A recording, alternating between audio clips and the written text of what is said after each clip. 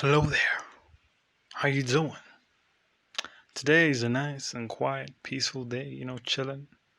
The birds chirping, everything's fine and dandy. But what if, okay, what if some aliens just started invading? What would happen is that everyone would start running around and stuff, and say if a lion came into your room, started roaring, roar, person, roar, you'd have what biologists call the flight or the fight or flight response, where you either run or hide. Actually, you either run or fight. You'd either fight that lion, those aliens, or you'd run. That's what happens when we're scared and when we're attacked. Now, say for the case of spiritual warfare, what happens usually in the first case? Okay, what usually happens is you gets chicken. Okay, say like a witch, like just walks up to you in the streets, a witch or a warlock or whatever, and they say doop doop doop, boop boop pop pop. However they do this stuff, hokey pokey, dun dun dun, and then they put some kind of thing on you. You get freaked out. Okay, you get shaken. You'd get the fight, fight or flight response. But that does not work in the spirit. That will get you into the flesh, not into the spirit. Simple facts. And I can prove this with a dream. Back in 2017, I was going through spiritual warfare, fighting the good fight.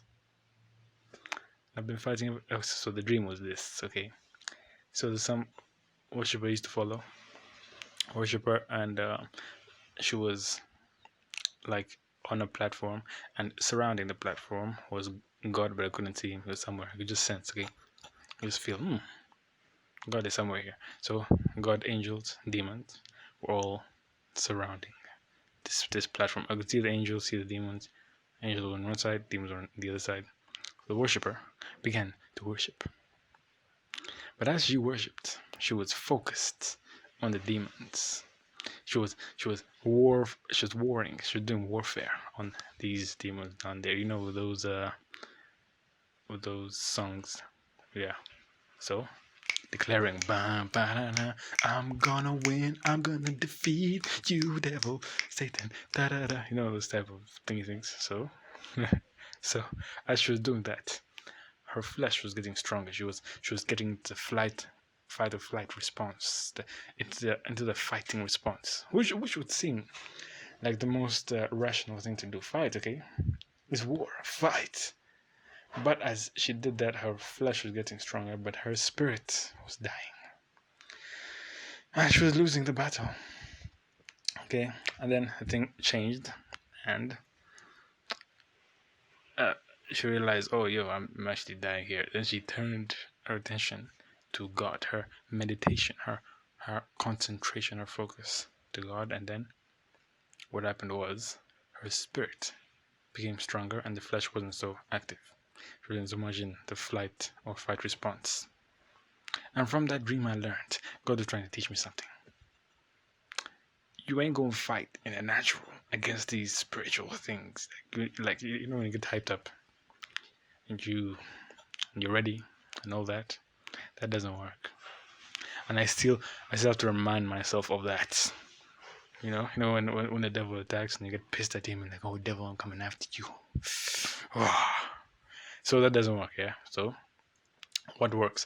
Let me give you some examples from the Bible. So there was Elijah who was in flight. He said, Jezebel, I'm running the other side. So he was in the flesh. Okay, then God asked him, what are you doing here? Then he complained and said, oh, man, it's just me. I've been very zealous for you and everyone has abandoned me. So that's that. Okay. Then there was also Peter, who in Gethsemane, when he was supposed to be focusing his attention on God, thus getting filled by him, and then God would fight the battle for him. As it says in Psalm 110, rest till I make your enemies your footstool. You are a priest after the order of Melchizedek. You sit, you rest. You're in the promised land. When Melchizedek came to Abraham, it was in the midst of his enemies. He ruled in the midst. Abraham came to fight all those guys. Melchizedek was ruling. So Peter, what did Peter? Yeah, Peter fought. He was in the flesh. He was ready to fight. So Elijah would have, if Elijah would have fought, he still would have been in the flesh. If I'm not talking about actual fighting, okay, Peter fought in physical, but like, say if Elijah went to Jezebel and said, "Oh, come on, let's go," he wouldn't, you know, that's not spiritual. Okay, you have to be in peace and rest. So, flight or fight, it's not gonna help. What you have to do is set your affections on things above, and concentrate on Christ. When what you concentrate on will manifest in you. If you concentrate on the devil, he'll cause worry, stress, and you're in his territory. If you concentrate on God, it'll be like nothing's even happening. Because Philippians 1 says, having no worry concerning the enemy, which to the enemy, is a proof of their destruction. As you're geared up and know that in the flesh, they're like, oh, we got this guy, we got this girl, and they come after you, bam, you're gone. Because you're worried. You're in their territory, okay? Say it with Jesus. He never, ever, was in distress. And, okay, maybe in Gethsemane, that was the only time. But like when he was like, say, doing, like casting out demons and stuff, he just said, leave. Just go. Because he was ruling. He just decreed the word. And they went. Yeah, so that's it. You only decree, you only declare when you're in rest. If you're not in rest, you're in the enemy's territory and you're declaring the flesh.